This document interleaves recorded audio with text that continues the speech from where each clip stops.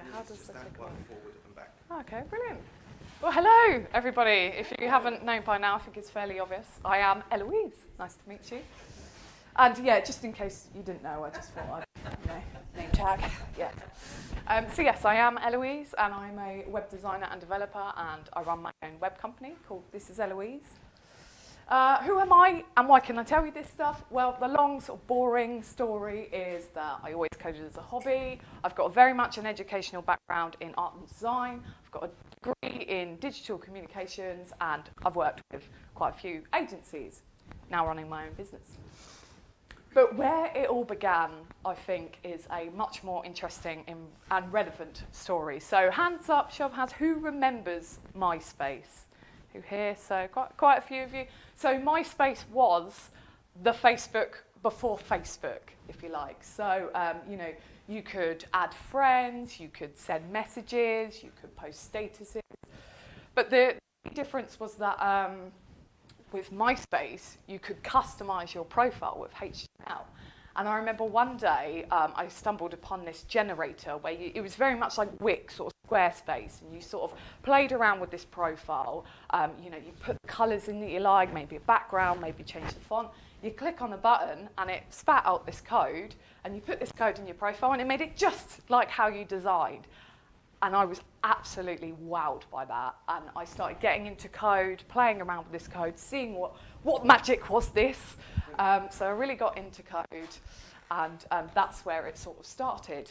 Now, I got quite good at coding, and I got to a point where the MySpace layout, because obviously, as you saw, it was quite templated, that wasn't really going to cut it for me anymore. So what I did was actually strip the whole layout out, and then I had a blank canvas to work on. And I started making some very weird and wonderful profiles. But when that happened, I noticed something. I started getting more friend requests.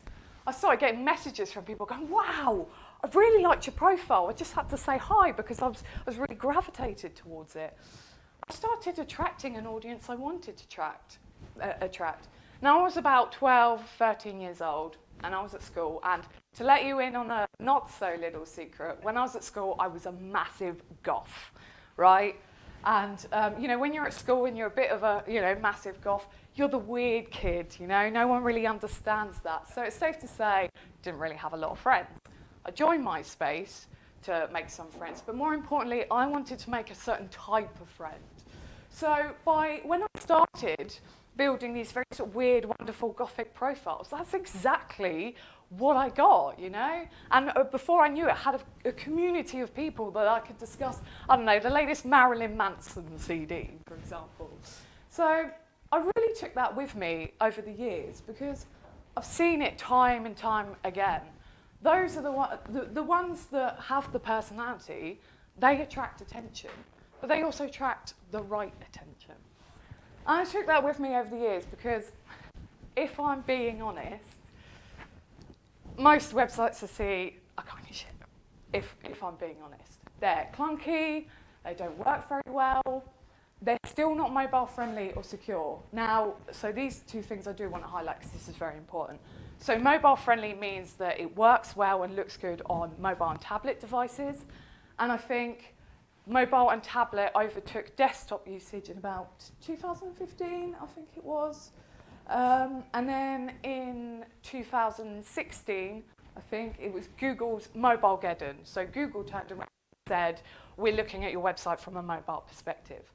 Guys, it's 2019. If you haven't got a mobile-friendly website, you are seriously behind the times, and you're cutting out a big audience.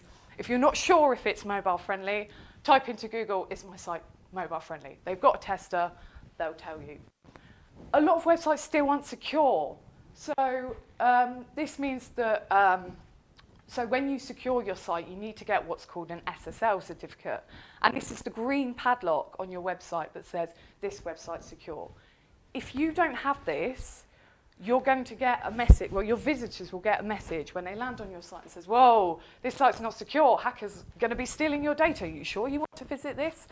Now, of course, you don't want to visit this. So if your website's still not secure, you need to sort that out. Sorry to interrupt, yeah. Louise.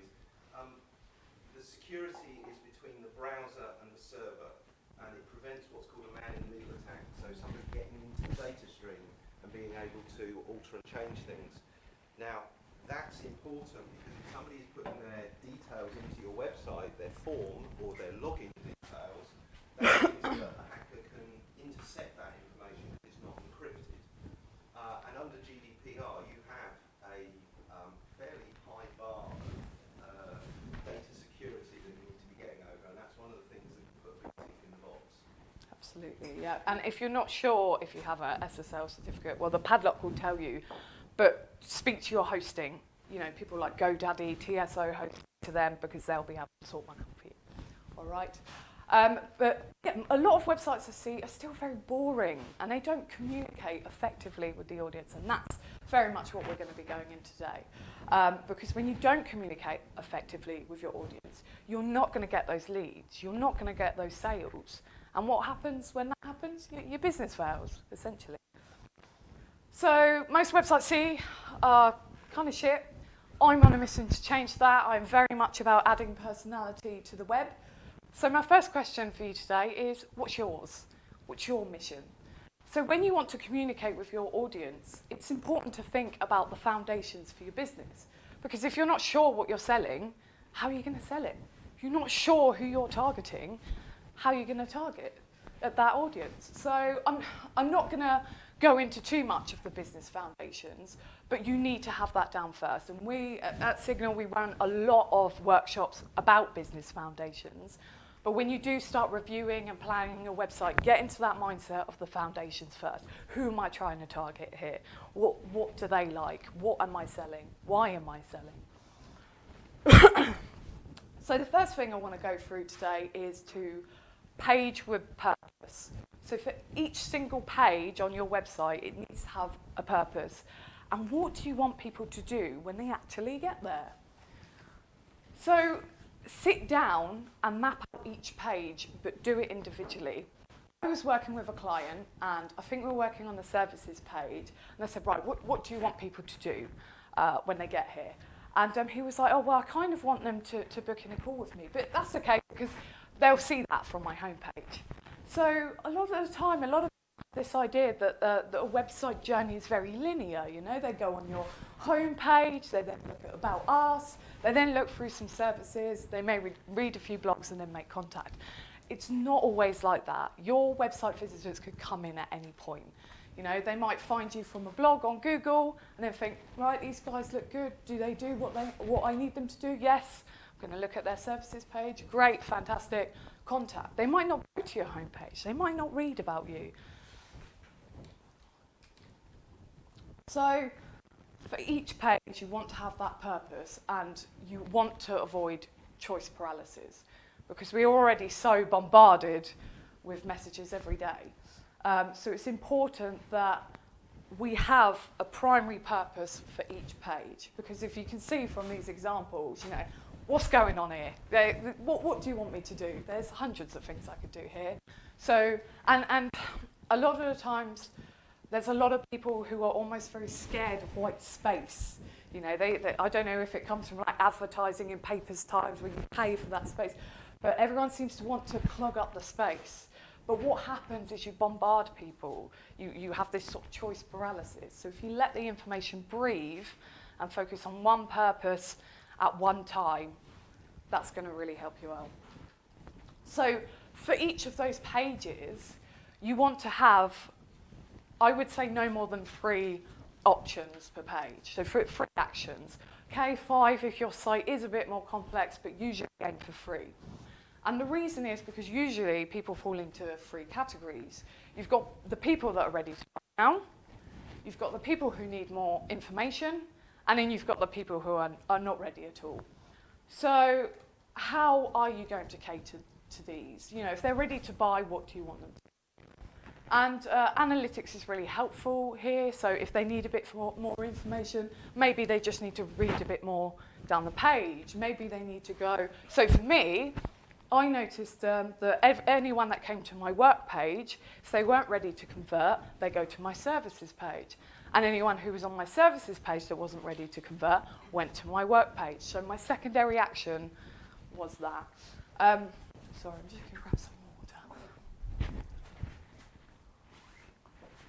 So if they are ready to buy, what are you going to do? Because often people stand in their own way. And I've worked with people where I'm like, right, they're ready to buy, what are you going to do? Oh, well, I kind of want them to read a bit about me first. No, it's not about that, okay? What are you going to get them to do? Because reading about you is not necessarily going to get them on the phone. Come in, Anna. Hello, come in. So it's almost like the reverse of a sales funnel. And again, remember when I said about business foundations, if you haven't got a sort of sales funnel, we do lots of that sort of stuff here. Book onto one of those workshops. But it's almost like a reverse of a sales funnel. So if someone's, I mean, this is a very basic looking sales funnel, right? But generally people find you, stumble upon you through some sort of marketing. They then become a sort of content consumer. They might read a few blogs. And then they'll do something like booking a call with you where they're ready to convert and become a customer. Now, for each of your pages, you almost want to do the reverse of that. So for the people who are ready to become customers, what are you going to get them to do? People who might need some more information, they might need to consume a bit more content. Where are they going to go? People who are not ready, how are you going to still keep them in your funnel? Usually it's a case of sort of signing them up to email marketing, right? So it's almost like a reverse of a sales funnel. But you need to think about these people first because your business should be about moving your customers and business forward. So on your website, you very much need to cater to that. These primary, secondary options or actions make it obvious for them. You kind of have to pretend that people are stupid online as well, so really make it obvious. So often what I see a lot is this. There's this kind of wall of text and people at the bottom put, book a call with me. But people glance online. They glance. So when you just glance at that, you don't really kind of see anything. If you were to glance at this, you know exactly what you're doing. So for each one of those actions, do make it really clear. I just want to briefly touch on the homepage because, like this gentleman I was working with, the homepage is not always the first page that people will land on. So again, this is why it's important to think about each page individually. When they do land on your homepage, however, there's so many people that put everything into a homepage. They think it's like the most important page, but really it's not actually that important. Yes, when they land on it, you should make sure that the fundamentals are clear. So when they land on it, who are you? What are you about? How are you solving their problem? What do you need them to do? But then from then on, it should very much be a signpost to direct the user. All right? So does that all make sense so far? Okay, so now that we've got our sort of pages set up, let's dive in a little bit deeper to what we can do for each page. So first one to talk about, which is quite obvious, is copy. So is the copy on your website important? I see time and time again lots of walls of text. Please avoid, because people just, you don't want to sit there and read all that, so please avoid. We like fluff. We like to put a lot of fluff in about ourselves. So when you are writing copy, think, is this important? Can I take some words out? How can I write this in the quickest way possible? Almost the less text, the better. Is it helpful? So when we're online, there's a lot of sort of anxiety, especially if there's a lot of confusion. And copy can be helpful to reduce that. So I was working with a client, and their primary action was they wanted people to pick up the phone so they could book an appointment. And to begin with, they just had call now or something. But we changed that to something like call us to book an appointment. And instantly, they kind of had this, they knew how to start a conversation. If you just have call, you kind of pick up the phone and think, okay, well, I'm kind of calling about this. But if you give them a starting point, they can pick up the phone and say, yes, hi, I would like to book an appointment. It makes it easy for them. And when we did that, their conversion rate increased. I think it was about something like 20%. So it does make a difference. Don't be boring. So there's a lot of generic copy out there. My personal favourite to hate is here at company name. I see it, right? Sounds familiar. I see it over and over again. Here at such and such. It's so generic. Everyone says it. It's going to make you sound exactly like everyone else. Just grab some water. I've got a bit of a cough, so I've had that thing that went around, unfortunately. Leading company or hundreds of years experience. How often do you hear that? Everyone's a bloody leading company these days. But also, 100 years experience, no one cares, right? What are your audience's problems? How are you solving that? You being a leading company doesn't solve their problem. We're awesome, unique, out the box. Again, there's nothing wrong with being awesome, unique, or out the box, but how does you being awesome solve your customers' problems? Take to the next level.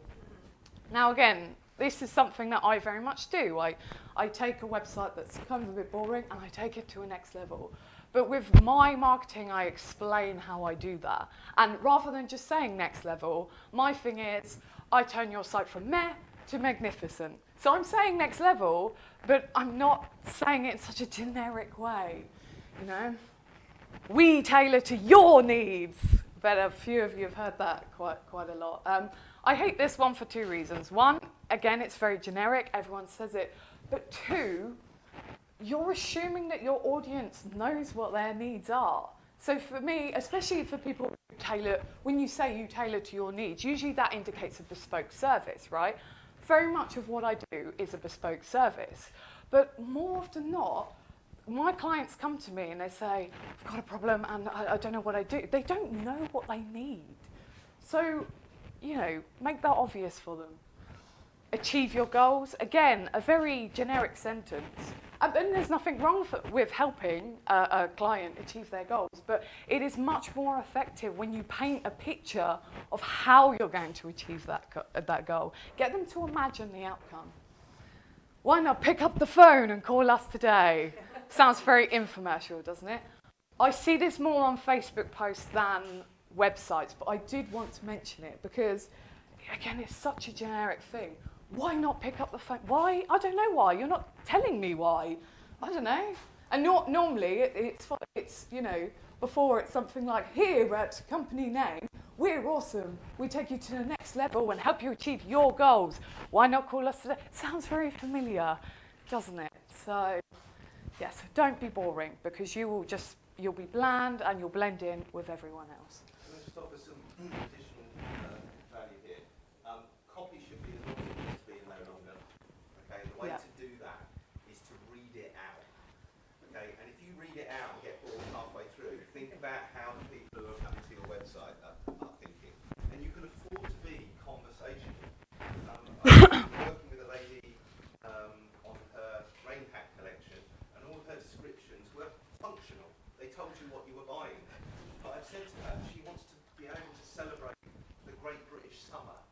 Yeah, with the rain and all the rest of it, and have a bit of personality, because people will buy into your stance and position as a business if you say, we don't take this too seriously, because after all, it's rain hats. You know, it's not rocket science. But by reading out the copy, you find out exactly how boring and corporate you actually sound. When it comes to something like health and nutrition, Francis, that's about a million miles from where you need to be. And ask people as well, get other people's opinion. The hub runs copywriting workshops all the time. So, and if you're really struggling, then do invest in a copywriter. So. We just planned on copyright for cash in June.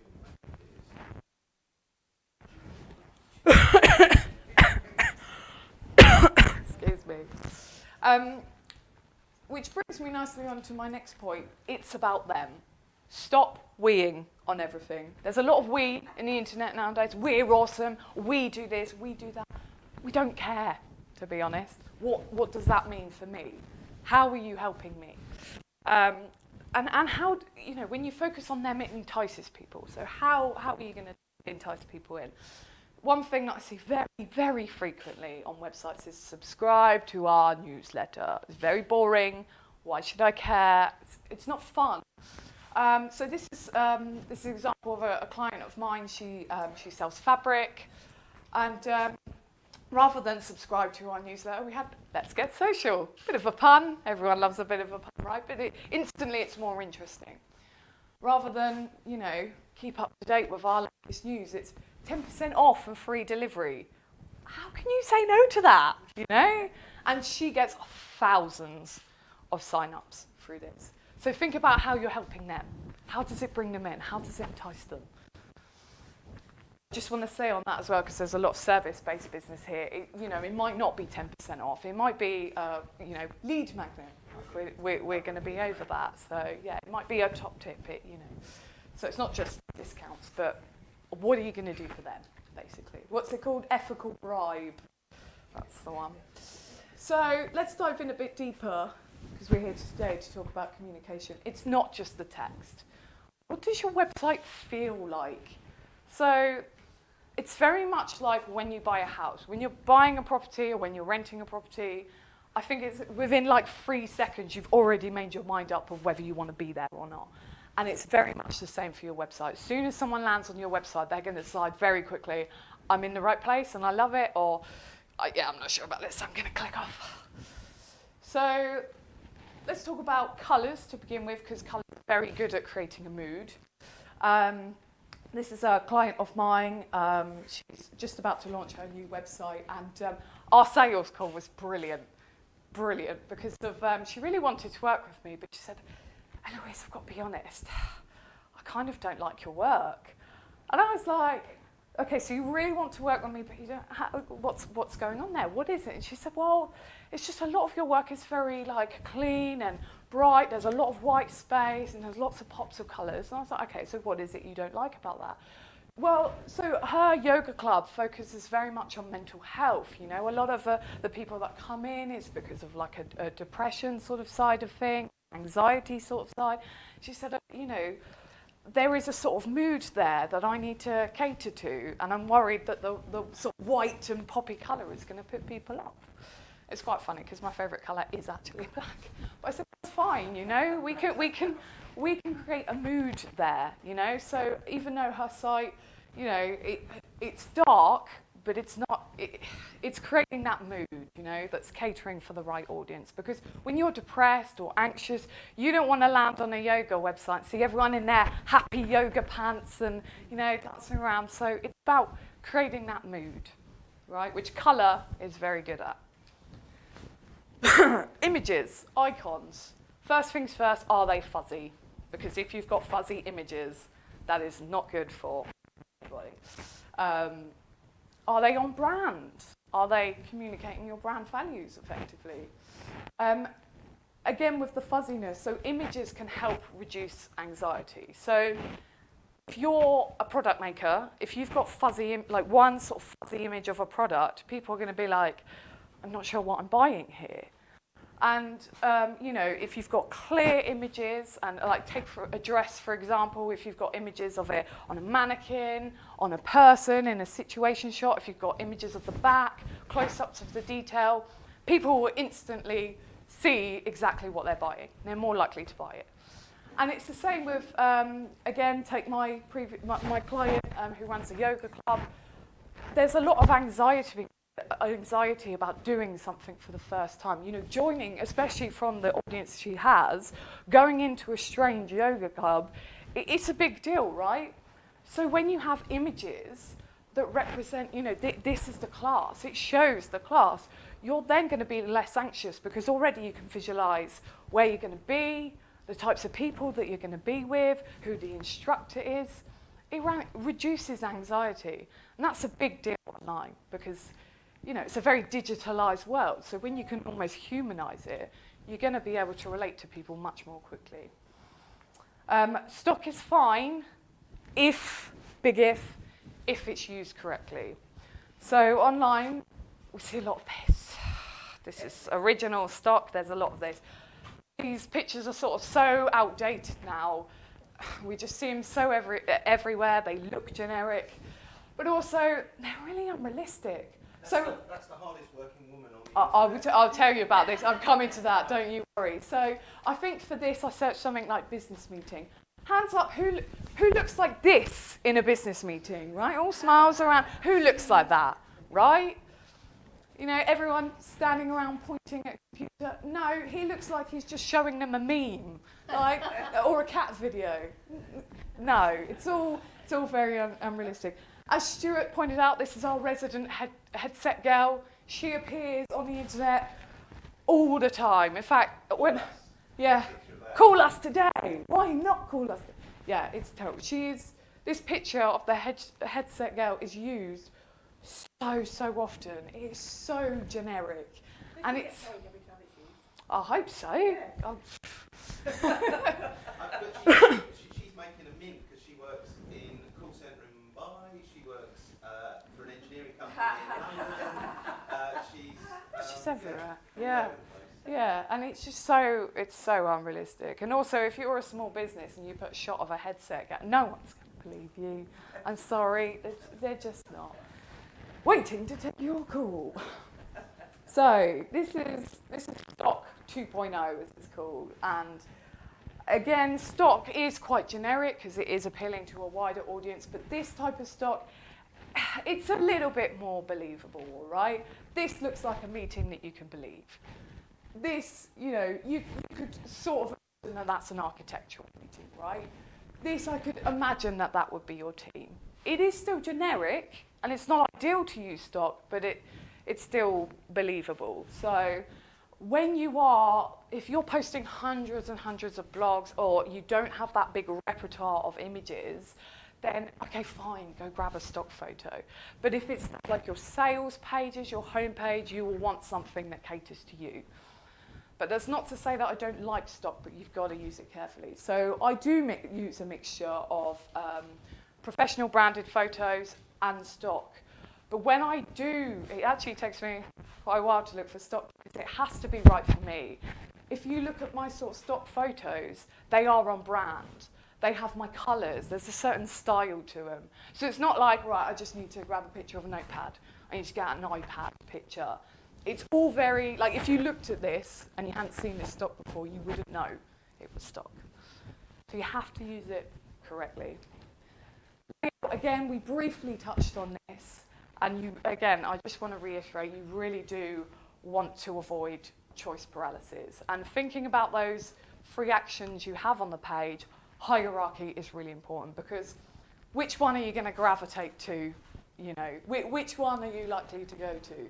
This, you've got all this stuff going on, it's confusing. And when people are confused, the easiest thing is to just click away. So think about that layout. And you should never have a social media link on the sales page. I will come to them. That's right. I I know. I have this when you do web talks. I'm like, oh, I know. So, your website is very much creating an impression of your business. And when you provide a bad experience of your website, it's almost a little bit insulting to your website visitors. So I have some people, they come to me and they're like, right, I need a website, but I just need a page that I can sort of chuck information to. I don't really care about the content. I just need a page. That's all you're going to get. You're just going to have a page in the internet sitting there doing nothing. If you neglect what your visitors want, you're not going to be able to communicate with them. You're not going to be able to bring them in. And it's almost a bit insulting, right? It's kind of like, I want you to do all the work and come in and sign up for me and, book a call with me, but I don't really want to do anything. It's a little bit insulting, it's a little bit lazy. It's a bit like Stuart's analogy of when you buy a car, and the example you give when it's a fantastic car, suddenly all cleaned and upholstered, and then when you walk into their house, there's got a tip and the house is falling to pieces, and you think, well, if that's what you're like really, then I don't trust your presentation of the car. If you're presenting... Can you do one thing? Exactly. If you are presenting a website like that, what is it going to be like to work for you? If you don't care about your website presence, do you care about working with me? Are you going to care about our calls together and our emails? Exactly. A high caliber website can position you better. So a lot of people, when they work with me afterwards, get to double their prices. Because have you ever gone on a website and it's been so wow that you think, oh God, these guys know what they're doing. They must be expensive. Before I put prices on my website, I had so many people going, I bet I can't afford you. Because they see my website, they're wowed by their website. That, it makes you look like you know what you're doing. And you do. So show it. And also, so for all the leading companies out there, when you have a website that wows your customers, you don't need to say it, because they already know just from the impression that you're giving them. It's okay to have a free website. A lot of people come up to me and they're like, I bet you hate Wix. No, I don't.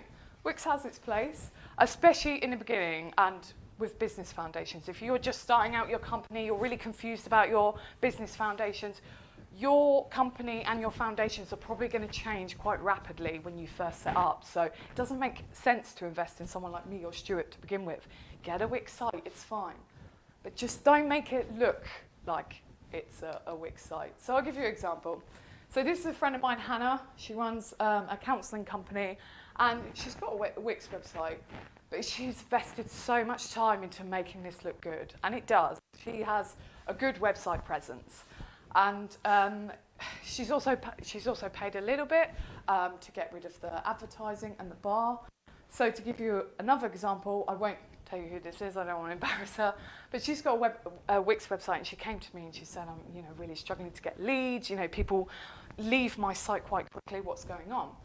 Now, so she's got a Wix website, but there's loads of adverts on there. There's this bloody Wix bar and this is like zoomed out, so when you're on the website, this bar is massive, and it says something like, design on Wix, create your free website, and it follows you round the site. And to me, that's like the real world equivalent of going into a shop, looking at someone's products, and the bloody landlord following you around going, this person rented a shop. Do you want to rent a shop too? Do you want to rent a shop from me?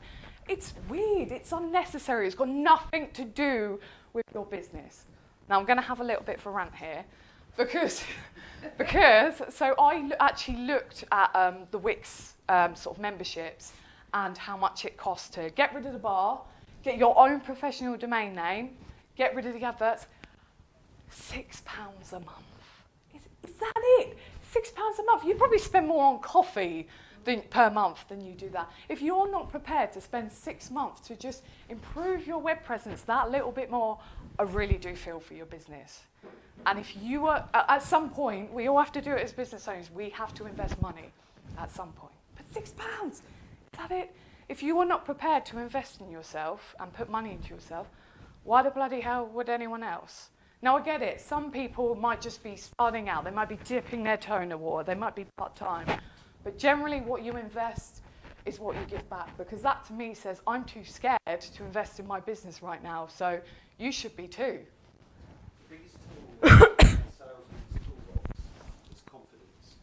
If you don't have the confidence in your own business to invest £72 a year, then why should I invest in your business? I know, it's scary. That goes on almost subconsciously, and if you're batting against yourself by having a great big Wix website membership thing at the top, or some other kind of, a lot of people go for free WordPress themes, and what they don't realise is that there's going to be advertising for the theme people, and there's going to be links, and that's not going to do you any favours. Yeah, I mean, if you think about Wix and the way the advertising system works online, Wix is like, right, your website is about this industry, so your audience is looking at this. They're probably going to like other people. Hello, here's all your competitors to look at. It just screams cheap. It just screams cheap. Okay. Does it spark joy? Some of you might get my lovely Mary Kondo. I've been loving this at the moment. But basically, every time she picks an item up, she says, "Does it spark joy? Does it?" She's always banging on about joy. But anyway, joy is a very good point, because again, it's all about creating that mood. It's creating that emotion. If you're bringing joy to your website visitors, how are they going to feel about your business? You're going to feel happy, right? So there's some things that we can play with here. Now, who uses MailChimp? I think there was quite a lot of people in the room last week.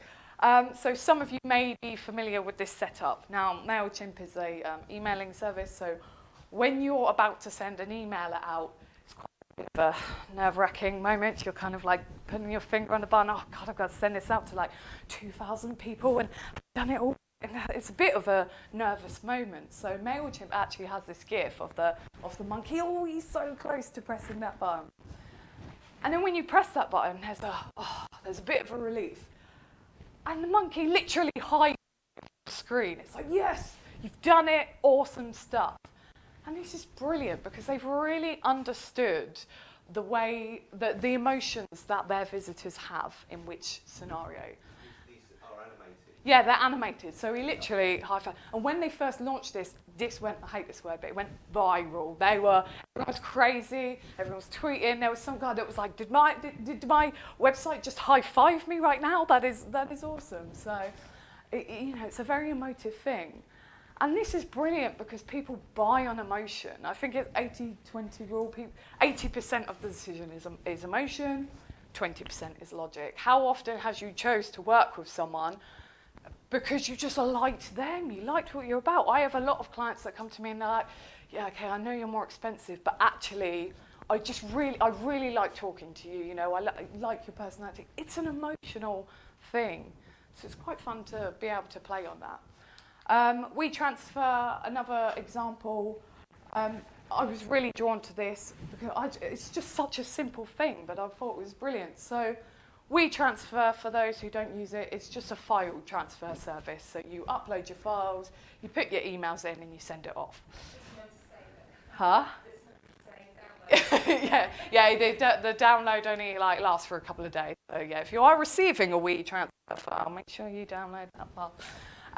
But a lot of similar websites like this, because this is literally, sorry Stuart, let me get my armpit in there. This is literally all the space they needed to do what they want, right? And most other companies like this use this space for adverts and links, and it just will look like a spam farm. You know the one, you've probably seen it before when you've got this other button over here that's an advert. It's going, download this now, and you're just thinking, oh, it's just, yeah. What they did was they actually got local artists and just put in this background. And it was brilliant because, it changed each time. And every time you came to it, there'd be a piece that you really liked. You just thought, oh, yes, I like being here. I gravitate to it. It brings me joy. I think at one point, I actually saved one of the images and had it as my screensaver. So it's like, thanks, WeTransfer. So it's simple, but, something to think about. There are a lot of micro interactions that you have on your website. So things like hovering over a button, scrolling, submit messages. There are a lot of little micro interactions that you can do. So I'm not saying go out and make loads of animations or anything like that. You can start with stuff that's really simple. I can't remember who it was. It was a long time ago now. I think it was Firebox service, but they had a button and it was something like, click here to go to About Us. But when I hovered over it, it went, that tickles. And that just filled me with so much joy you wouldn't believe. I was like sat there like, tickling the button. This is really simple, right? And contact messages. Most of the time the standard is, thank you, your message has been sent, we'll get back to you ASAP. But isn't it more exciting when it's like, woohoo, our electronic carrier pigeons are winging your email over now and we'll get back to you. It's just a bit more, it's something simple, but it's a bit more exciting. It brings that joy, brings that impression of your company. Just count some caution about moving things on a page, especially on a sales page, because the way the brain works is a pattern recognition machine, and if things change, it wants to know what's changed, so it immediately draw the eye to it. It's a distraction as well. It's a distraction. Not, under pain of death, use sliders stroke image carousels. They do not work, they do not work, they do not work. Yeah. Google themselves. Literally proven with stats and all. Yeah. Google themselves in their internal documents, which I've seen, say to their various e-commerce stakeholders in their businesses, do not use image carousels. I've seen it black and white from Google. So absolutely. Continue to use one, know that you are voluntarily shooting yourself in the proverbial foot. And this is what I'm saying, you don't have to go out and make like 50,000 animations to express every single emotion on everything. Just start with something simple, simple but effective.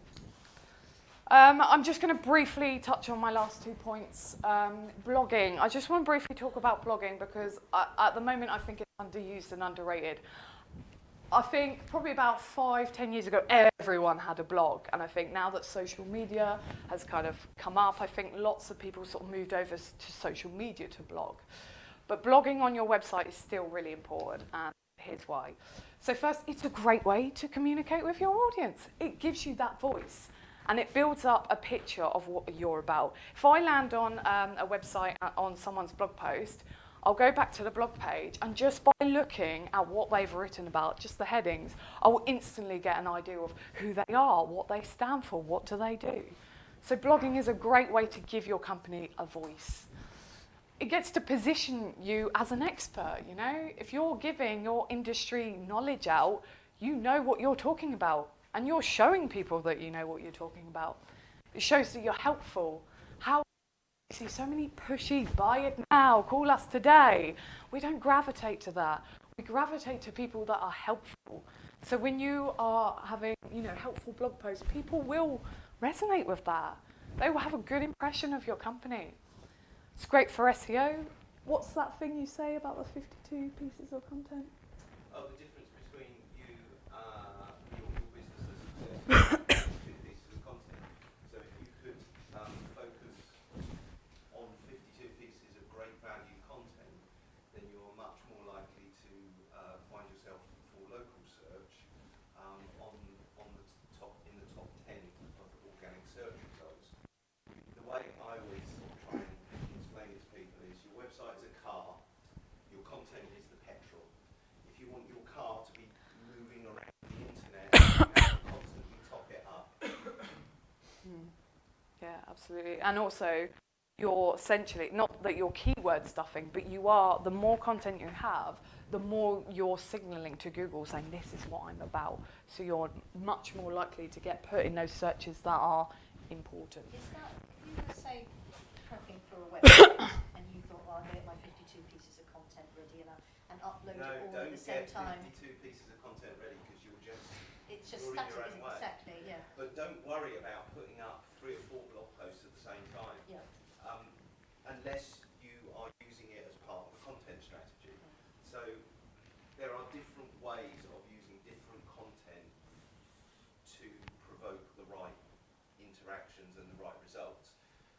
This right now isn't the forum for it, but I will be putting together an entire training day on how to use content to power your website, because as Eloise rightly says, it's a great way to communicate, but it's also, there's a bigger strategic piece that needs to go with it, because it's the foundation of so much of your marketing online.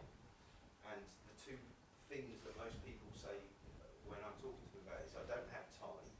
Well, if you have a structure and strategy, and you know that by sitting down every week for an hour, you're going to be doing great things for your business over the longer term, I think most people can find an hour or so. And the second thing is that Google doesn't really care about your business.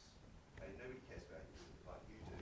So if you can't be bothered to update your target audience with the latest things that are happening both in your business and your industry, then why should Google care about putting you on the front page of their search engine? Absolutely. But I don't want you guys to panic, right? I don't want you to think, oh, so I've got to write a blog post. Too much for you. Just go back to maybe once a fortnight. Even once a month will probably be enough to get you an edge over your competitors. But like Stuart said, Yeah, sorry, I didn't. Sure. That's right. I've been blogging for a long time, but I just haven't blogged for about a year. But I started blogging in 2014, so I've got quite a lot of old blogs. yeah, And I've kind of been, and the blog's different to my website, so it comes under its own, because it used to be a Google blogger yeah. website, and it's been brought to my WordPress site. Okay. So, do I just kind of rewrite and get rid of all that? Or is that still registered on? I wouldn't necessarily get rid of it. So when you've moved it to WordPress, Google will start to re-index that. So Google will acknowledge, okay, the blog's here now. But what I will say is look at each sort of blog post. If you're looking at it and thinking, all of this is rubbish now, all of this is outdated, then yeah, fine, get rid. But if you're looking at it and think, oh, there's something in this, then you can repurpose content. And this brings me on to my next point. So blogging is great for social media. How many of you really struggle with what to post out on social media? but, but blogging is a great way of providing social media and marketing content for you. And one of the strategies that you can undertake is a content review. So look at your Google statistics and see which blog posts are attracting people, interest. Yeah. If there is any blog posts there that are not getting any hits, take them off, but you could look to rewrite them and update them. Yeah. You need to do a significant amount of updating anyway, and especially in your industry, I'm sure that there are many blog posts you've read that give you other ideas that you think, well, I can add that to my blog post. So it's never a bad idea to go back and revisit a blog post and possibly have a strategy where you say to people, originally published such and such, but due to various things I've learned that will be updated version. Google really likes it if you go back and update content. And this is exactly the point I was going to make. A lot of people have old blog posts and they think once they've posted out once, that's it, it's done. Reuse content, I post, archives of blog posts all the time, especially when it's relevant. And if you've got something like a lot of the Christmas or Halloween blog posts I do, I'm able to recycle them every year, as long as they're relevant. Yeah. I've got key blog cycle over different parts of the year, like Father's Day. Yeah.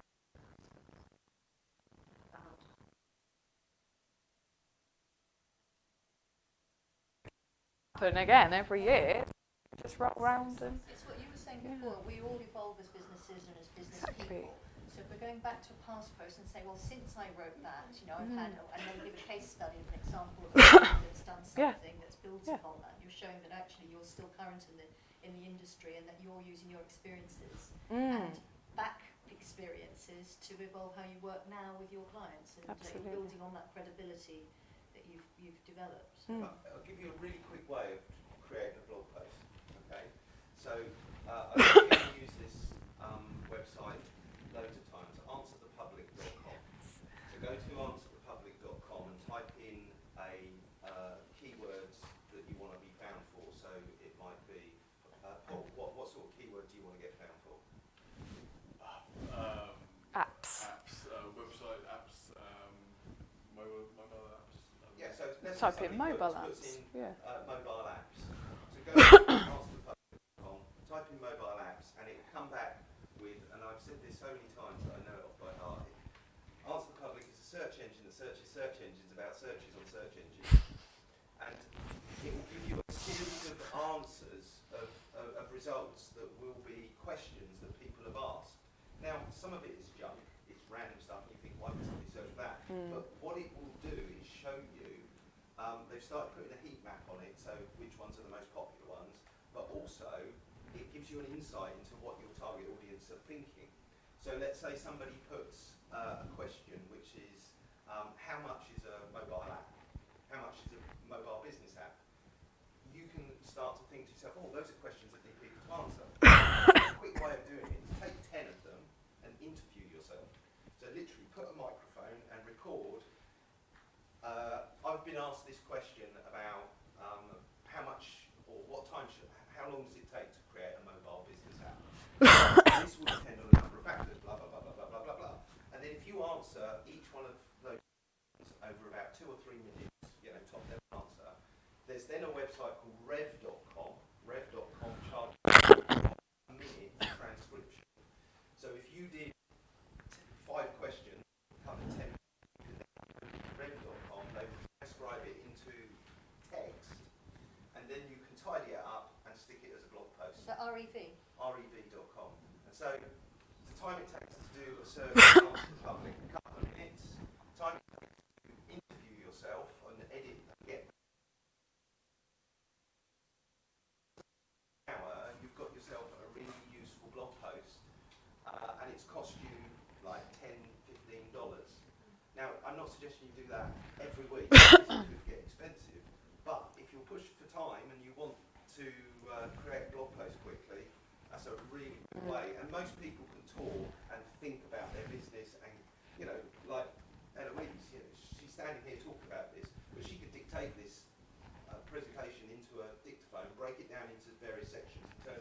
Yeah, I had to cut out a lot of slides originally. Yeah, but do you know what I mean? Yeah. It's about getting smart about content generation because you are going to need to generate a lot of content as a business. Yeah, and about slowly cutting that down to what is important, what is helpful, like we touched on before.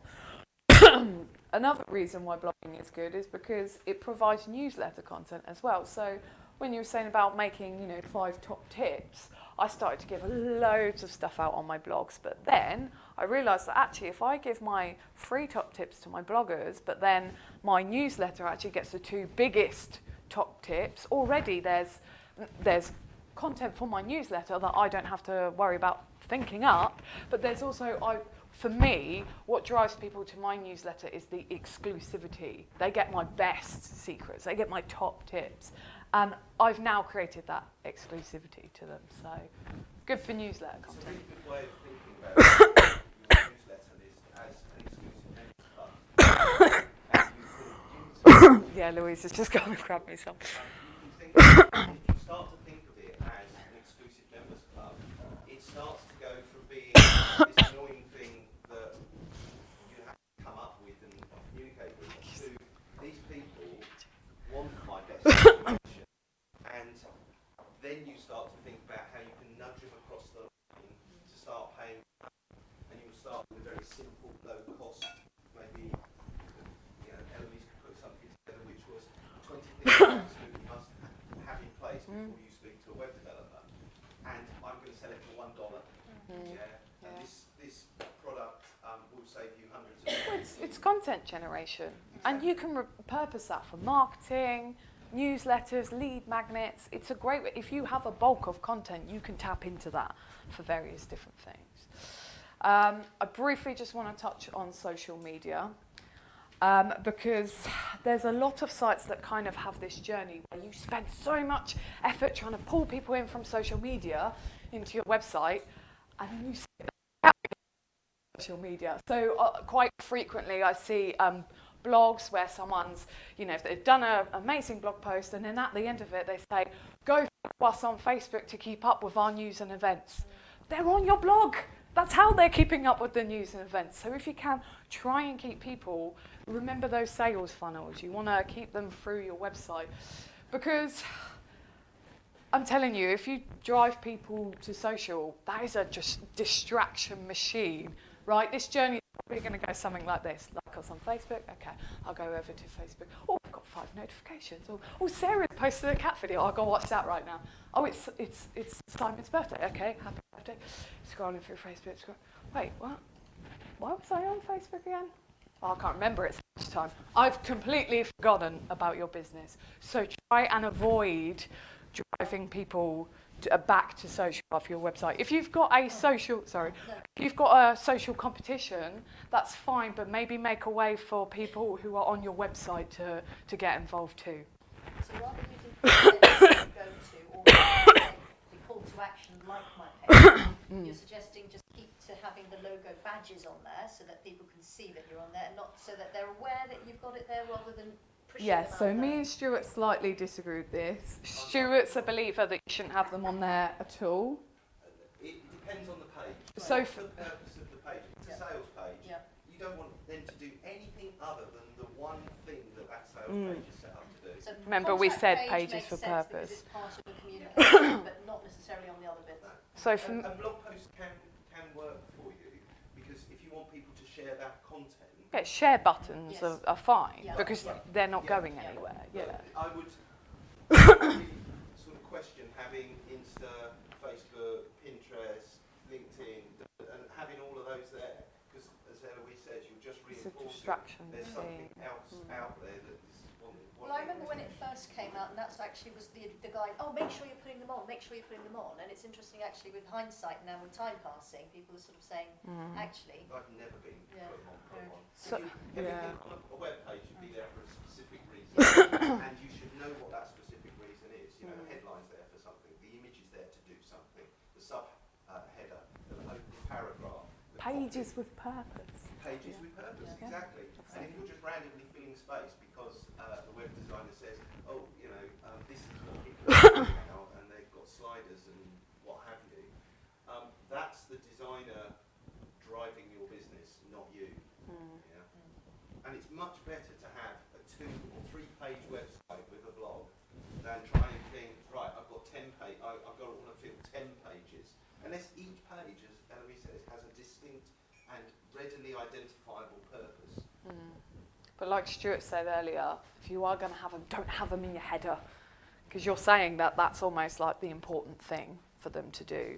I've had a lot of arguments with clients over that, but yeah. The 3 things you should have in your header is your logo, which shouldn't be dominating, and No, is a link back to your homepage, your navigation to your top level pages, and your telephone number / email address if you must. Those are the 3 things that you have in the header. It's functional, get it out of the way, get into the main body of content as soon as possible. I'd like to touch on that quickly because everyone that comes to me says this. Can you make my logo bigger? Look at the difference between this and this, right? Your logo, again, it's probably the least, I don't mean to insult anyone because often people do get offended, but your logo is the least important thing on your website. I mean, if you think about Apple, you know an Apple advert before the little thingy comes up. If you go onto Apple's website, the Apple is a tiny dot in the corner. Think of when people are on your website will show your brand. So your logo is almost like a little signature to say, yes, you know, you are in the right place. Ironically, But people want a massive red logo on their website. And it then just gets in the way. What's called the fav icon appears in the tab, so you can tell which tab's which. Yeah, then they just have a generic, nothing kind of tab icon. And so that when people do click away and go to something else, they can't find the tab with them on. So the one place where they need it, it's not there. Yeah, it's a whole presence. But also, website content should help define how you can communicate on social media. So again, if you've got blogs and things, you're creating a voice for your business that you can utilize on social media. But so many people focus on going out and getting the clients and bringing them to the website that they almost forget about their website. And then when people look at your business, you know, they're going to see a lot of social media, and most of the posts are pushy. They're going to be like, why not talk to us today? We're awesome at this. And then that's the voice that you're communicating to your audience. So just bear that in mind. So that's pretty much everything for today, but I just want to round up with this because I think this sums up nicely. Don't be afraid to be you. So I was a bit silly in the beginning of my business because I spent a lot of time kind of dialing it. As you can see, I've got a very vibrant, bubbly personality. And I spent a lot of that trying to... I do. I was adamant I was going to get a picture of my cats in this presentation. I was like, they have got to be there. This is Leo. Yes, so I've got a very bubbly, vibrant personality. And for some reason, I was trying to dial that down. Imposter syndrome, fear of people not liking me. You know, I had that thing of I need to target everyone.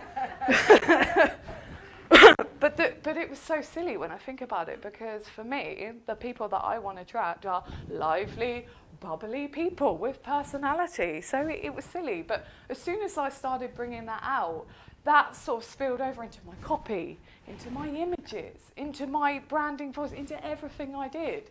And as soon as I did that, reverting back to MySpace days, I then started attracting an audience that I wanted to speak to. So don't be afraid to be you. And in this digital landscape, you know, we don't see a lot of, you know, sort of human communication. So when you do see stuff like this, it humanises you. It's refreshing. And it also builds trust, because you're not just some robot behind a website. Also, there are a lot of people who are really afraid of their own voice out there and saying generic stuff. And that's why you end up with something saying, we do such and such solutions. Business solutions to suit your needs. How often have you heard that? Come. I mean, how many times have you picked up a phone and asked somebody, excuse me, can you do a business solution? I need a business solution. It just doesn't work. Yeah. Is that it? That's it for today. We are done. Fantastic. A round of applause. What I think we'll do is we'll have a brief intermission, and then when you come back, we will talk about